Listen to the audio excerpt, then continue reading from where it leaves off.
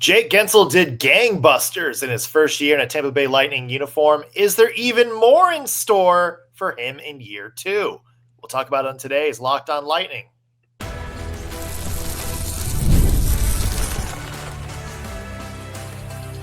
You're Locked On Lightning, your daily podcast on the Tampa Bay Lightning. Part of the Locked On Podcast Network, your team every day. Thank you for making Locked On Lightning your first listen of the day. Every single day, we are your free daily Tampa Bay Lightning podcast, part of the Locked On Podcast Network, your team every day. As always, want to start out by shouting out the everydayers, all of you who listen to every single show, every single day. We love you. We appreciate the support you give us week in and week out. I'm Nick Morgan, and I am joined by the Corey Sarich to my Nolan Pratt, Greg Steven. Greg, what's up, man? Hey, how's it going? Excited to talk about some Guentzel today. I know he's been a big topic for the Lightning the last couple of years, so excited to see what you think and share what I think and see what everyone else thinks. Yeah, and one person you can't talk about without talking about Jake Guentzel in Tampa Bay world is Steven Stamkos. There's a lot of people that have been talking about how this is kind of a Guentzel for Stamkos trade, loosely how Guentzel got here. It's been a year since all that happened. I'm going to talk about the perspective and maybe how viewpoints on the situation have changed over the past year. That's coming up on today's Locked On Lightning. First, though, do want to mention today's episode brought to you by Monarch Money. Take control of your finances with Monarch Money. Use code LOCKEDONNHL at monarchmoney.com for 50% off your first year. All right, Greg, let's dive in to Jake Guentzel's season, shall we? An interesting year for him because I think when he first got here, a lot of people weren't really sure what to expect from him. There was talk that, yeah, he's put up some decent numbers, but it's always been with Sidney Crosby. There's, I guess, was some doubt over his history of performing without either Crosby or Malkin on his line. So there is some skepticism about him coming in for the Tampa Bay Lightning. Safe to say, not at the moment, though. 41 goals, second on the team. That is a career high for Guentzel. Also 80 points last year, the second highest total of his career. Big thing, Greg, for me, led the team with 17 power play goals last year, which was also a career high from him. Just based on the stats, it's safe to say the Lightning got what they were expecting out of number 59 last year. Yeah, absolutely. I mean, 41 goals, as you mentioned, was the highest in his career. And that was also seventh highest in the NHL. So it's just an impressive feat alone in that regard. 80 points. It's the second highest in his career. That's a great season, especially when you're coming to a fresh team. You know, you're not sure how the chemistry is going to work. You got those, new team jitters. I just signed this big deal pressure kind of sensation when you move teams. And I think he really shook that instantly. He looked awesome. He looked like he has been here years and years. And something that you had mentioned off air, his defensive game, great as well. And, he was plus 18. I know a lot of people don't love the plus minus stat, but I mean, plus 18 was the second best in his career. So obviously doing his part defensively as well. I think that was the biggest. Yeah, we were talking about this offline. And I said I think that's kind of the biggest surprise when I kind of went back and watched some of his games from last year was just how good he is defensively. And I think you never heard that really mentioned about his game. Everybody talks about Brayden Point kind of being the really strong, two-way center that's kind of anchoring some of the two-way responsibilities on that top line. But Guentzel, in terms of metrics, did just as well, if not better in certain areas than Brayden Point did. One of the top on the team in terms of in terms of expected goals allowed, limiting those. One of the strongest Corsi percentages on the team. I think it really speaks to his possession and how well he has been able to play with the puck on his stick. So it is, I think, interesting to kind of look and see how much responsibility he's taken on that top line to kind of shore up the two-way game.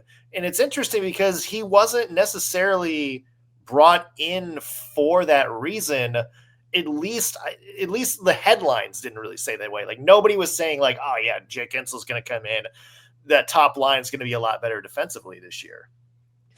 Yeah, no, you're right. And I like what you had said earlier. A lot of people were talking about how, he's played with Crosby and Malkin and Letang, and how's he going to do without those guys? But, people forget, okay, he's going to play with Kucherov, right? I mean, Kuch is one of the best passers to ever play in the NHL. So obviously he's going to have that same element on his line that, maybe some people will be upset about the comparison, but Crosby and Kuch, they can be compared for sure. As far as setup players, both big passers, playmakers, and he's just like on another line with that kind of guy. And I think the most impressive part about Guentzel's game this season is the fact that there was so much pressure going into the season. And there's always pressure on guys going to new teams, right? You don't know how you're going to perform in a new environment with new guys when you relocate your family, all these outside factors, right? But not only that, he replaced a franchise's captain that people were upset was dealt away. And I feel like that adds this whole element of like, oh my God, like I'm coming in to replace a legendary NHLer on a team where, people are pretty upset about this trade. I feel like that was a huge amount of pressure that people forget. And look, 41 goals. So it obviously didn't matter too much, right?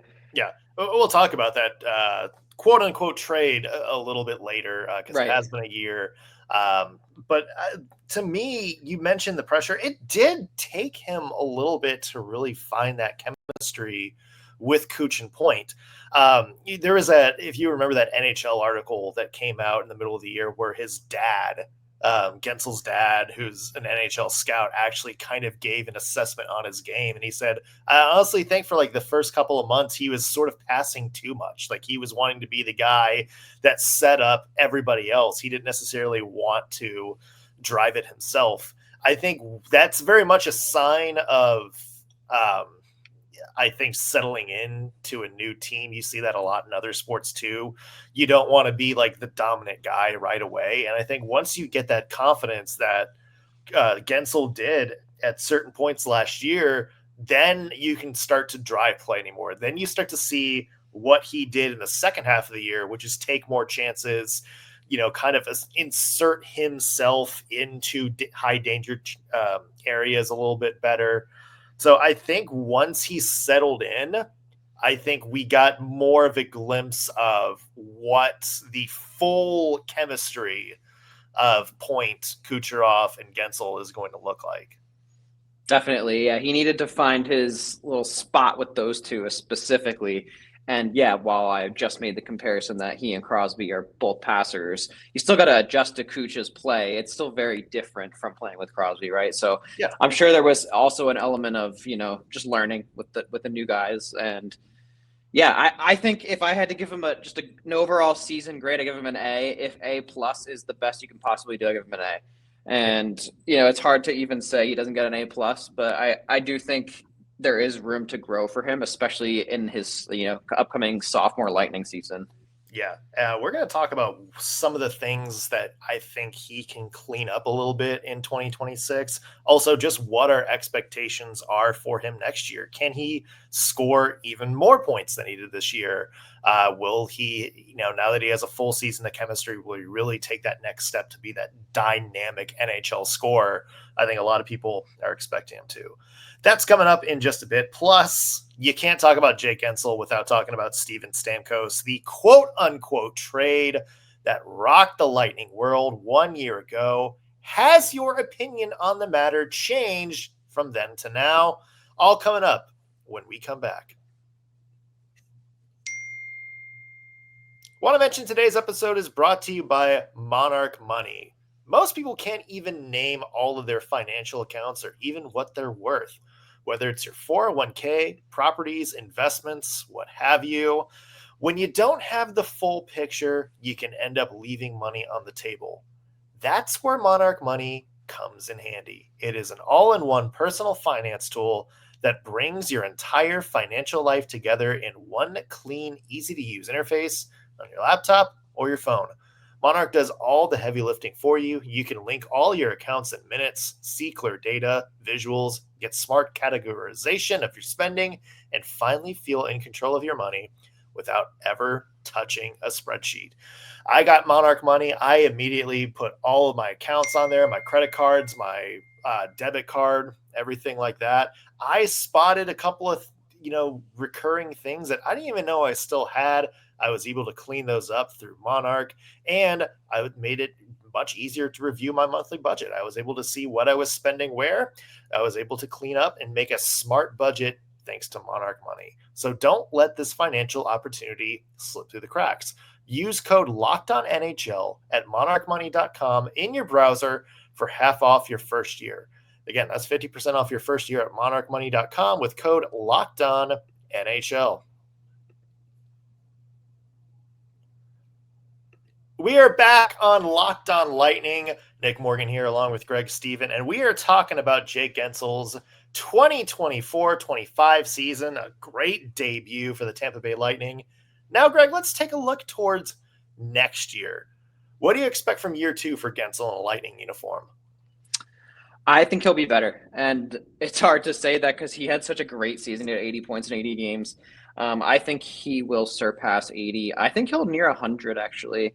The reason I think that is because, one, he's got that pressure we just talked about over with. That's gone. He knows that he can live up to that hype, if you will.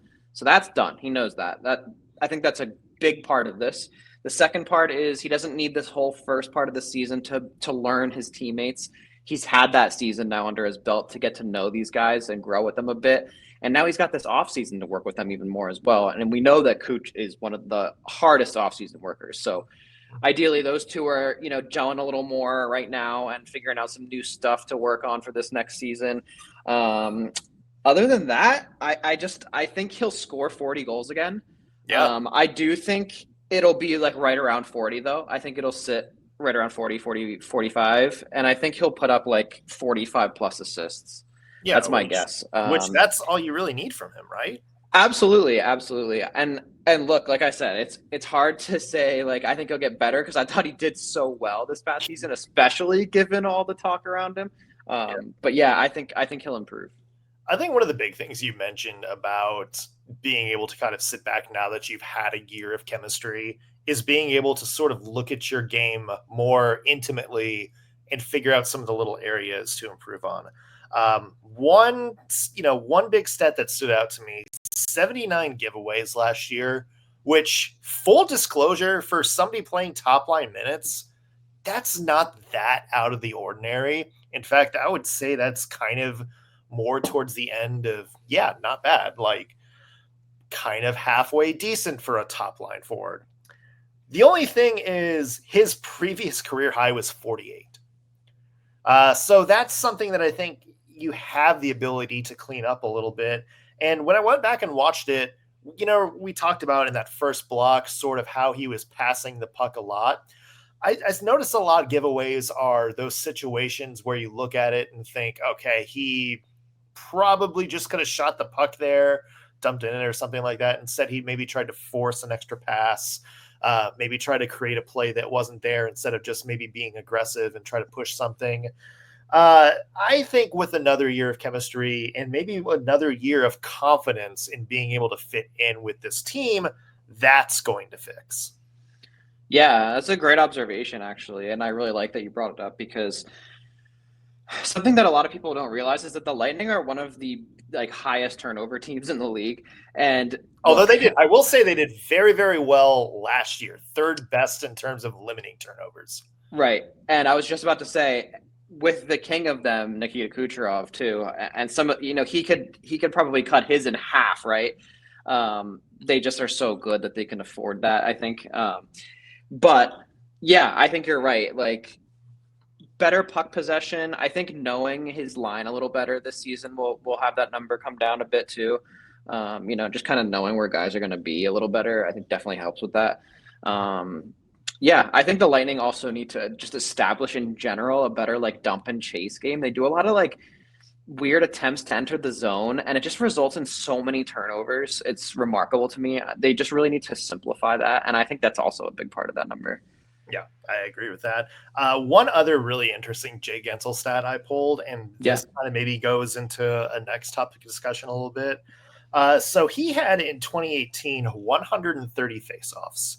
Okay. That was his career high. He never had more than 50 in a season after that. In fact, the season before last, before he came here, he had 25 total.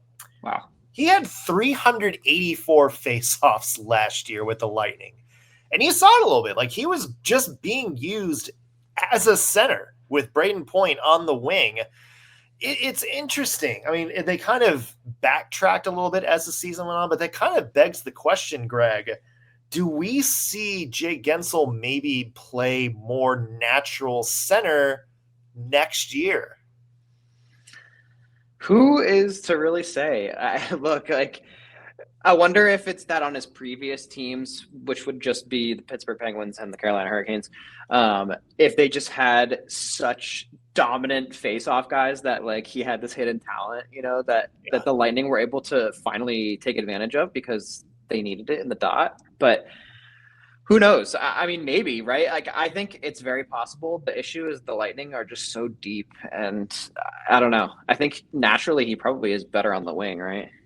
I would say so. Yeah. It's interesting. Maybe if they use him like in situations, like if they need a, certain face-off style or handedness in one area, he takes that. Point takes some other ones.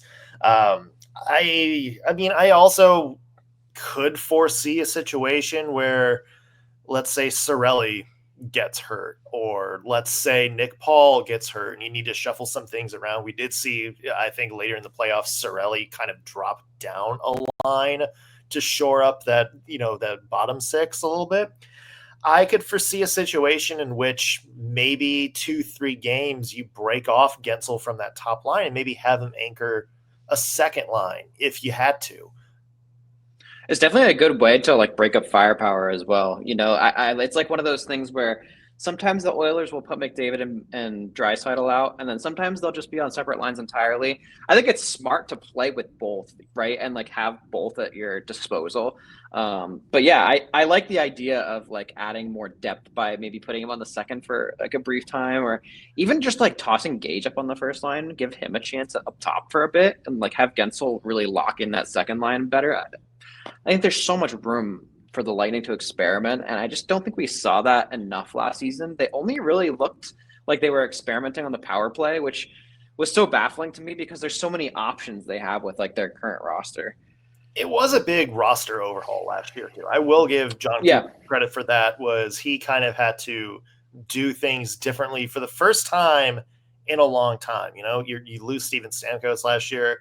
You lost Andre Palat before that. You kind of had a lot of mainstays shuffle out over the past few years. And it feels like last year, especially with Brandon Hagel kind of playing up, for the first time in his career and kind of taking that next step, you kind of had to experiment last year. This year, I think you can be more locked in. And I'm with you. I think John Cooper's got more of a leeway to maybe play Guentzel at center at certain points. Maybe have like two really strong lines, give Cirelli some depth, maybe put Nick Paul in the wing. You can switch some things around. You can really try a lot of different things. I think if the Lightning, hit a point where they have some momentum going, I think maybe you can take a chance and just see if there's a way to, capitalize off some things a little bit better. Yeah, completely agree. I'm really such a believer in the offseason, and like, these guys should be working on the things they know were weak this past season. And I think one of those things is like shuffling that top line a bit more. And like you had said, having Guentzel play on the second line, maybe he has chemistry with two guys that he just did not play with much this past season. And this is the time to figure that out, because now he's got those jitters gone. Let's experiment a little bit and see what else we can combine to put together some power, right? We don't want it to just constantly be relying on this top line and then have them all play 22 minutes and be tired for half the season, right? You also, I think breaking them up helps divide ice time a lot, and that's really important in hockey. Yeah. Hey, we got Yanni Gord back. We're sealing the deal. Bottom six is taken care of now. It's so true. All is forgiven. Hey, you can't talk about Jake Guentzel without talking about Steven Stamkos. That was the big headline, I think, as you alluded to. Has your opinion on the Stamkos situation changed at all 1 year later? Whether, initially how it turned out, do you have any ill will towards Stamkos? Or do you think still, like some people still do, you would love to see 91 still in a uniform, maybe instead of Jake Guentzel? That's a topic we're going to dive into coming up next.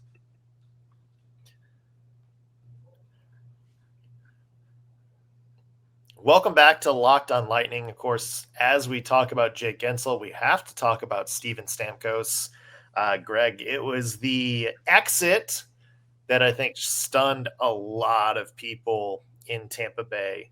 Steven Stamkos was not brought back. He wound up signing a $8 million a year contract with the Nashville Predators. There was reports that the Lightning were offering half of that in order to keep him.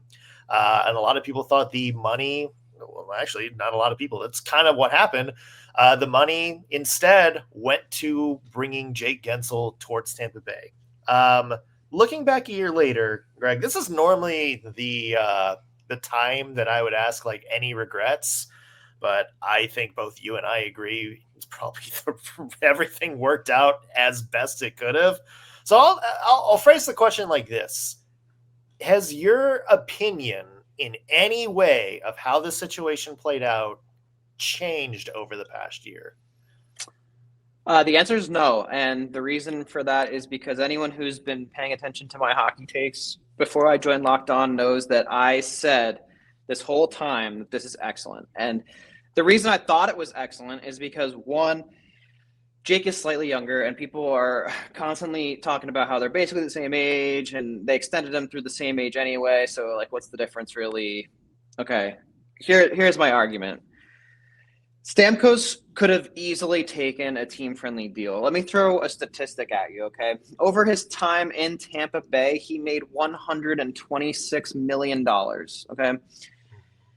To argue with the team that you want to play for over a few million after making that much money, in my opinion, is on you. And look, the Lightning offered to pay him what he's worth right now, right? And I stand by that. And I think this past season is partial evidence of that. I don't want to say that it's fully evidence of that. Any guy at his age who's never played on a different team and goes to a new team at this age is going to struggle. And I just firmly believe that. So I'm not entirely shocked that he didn't have this like outstanding season. I'm not. But the short answer is no. My take is the same. Look, I would take Guentzel over Stamkos anytime, just looking at it on paper. Did I want him to stay? Absolutely. The entire year, people texting me and sending me messages saying, "Oh my God, do you think he's gone? Like they haven't signed him. No one's saying anything." And the whole time, I kept telling people, like, "Nah, they're gonna re-sign this guy. There's no way they let this guy walk. There's just no way." Surprise. And when it happened, I was mind blown. I really did not see it coming, but. Overall, thought it was great. I thought it was a great move, and I'm so happy they did it. And I wish he could have stayed and took and maybe they could have worked the deal to get both. But he obviously wanted the money more, in my opinion. And maybe I'm wrong, but I really see that as a very greedy, he wants more money decision. Here's the thing: I'm not going to call Steven Stamkos greedy because if my boss, I'm gonna preface this by saying I know it's the NHL. I know it's a business. I know that there are certain players that have to be realistic about what they kind of bring to teams now. It's like that, Brad Pitt quote in Moneyball. It's like, I'm not paying you for what you were. I'm paying you for what you are now. Yep. But at the same time, I also I understand somebody like Steven Stamkos saying, I scored 40 goals last year. I'm still worth something. I'm not taking a 50% pay cut to come back. They obviously don't want me here. I understand it from that background. I also understand it from JBB's background. Look, if you look around this league, look at the best teams. I would consider us. I would consider the Vegas Golden Knights. I would definitely consider the Florida Panthers.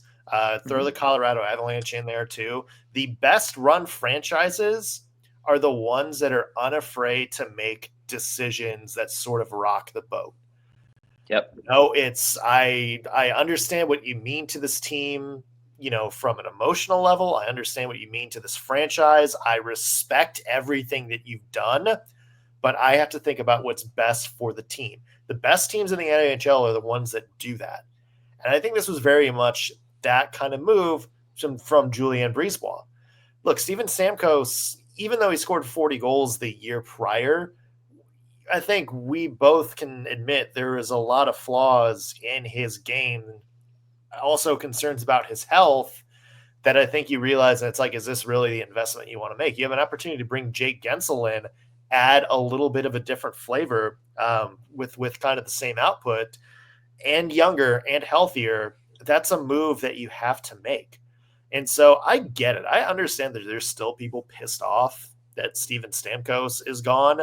I understand there's a lot of people that talk about loyalty and everything like that. And I understand that. And I also understand, Steven Stamkos feeling a little bit jilted that the team that he's, kind of helped build into a back-to-back cup winner would be mad at what I could honestly see as a perceived little disrespectful contract offer.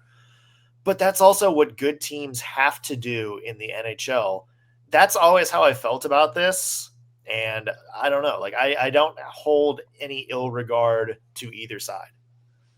Yeah, look, I have so many thoughts about this. I think the first thought after what you've just shared is that the loyalty goes both ways, right? Like, yeah, he did so much for this franchise. Is it heartbreaking to let him go, like, after all he's done? Absolutely.